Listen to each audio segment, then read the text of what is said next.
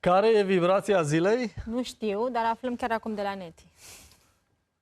Bună dimineața, o zi cu vești bune. O să le facem surprize celor din jur, le cumpărăm ce le place, îi ducem în locurile preferate și o să fie toată lumea mulțumită. Vibrația zilei este 8 și o să ne ferim de cheltuieli masive. Să fim ponderați. O zi cu vești bune. Toate bune. Bine?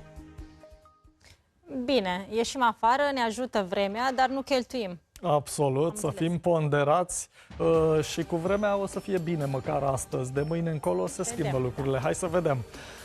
Ziua de azi ne aduce soare și atmosferă de vară aproape peste tot, doar pe la munte e posibil să plouă slab. Temperaturile ajung la 29 de grade în estul României.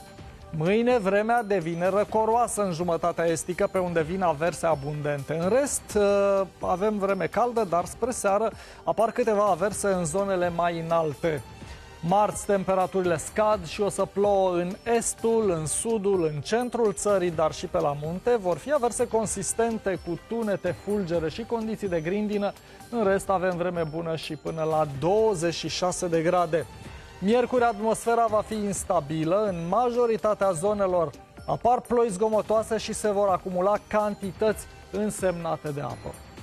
Scanați codul QR de pe ecran și aflați prognoza detaliată în aproape toate orașele din țară. Cam atât deocamdată despre vreme, Roxana. După cum vezi, ar fi bine să-ți pregătești o umbrelă pentru zilele următoare. Viitoare, dar o folosim așa, când și când nu plouă toată ziua.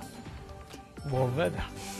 Doamnelor, domnilor, aici se încheie primele știri ale zilei. Dar rămâneți cu ProTV, imediat începe Doctor de Bine. De la ora 18 să nu pierdeți România te iubesc, iar de la ora 20 Furios și iute 6.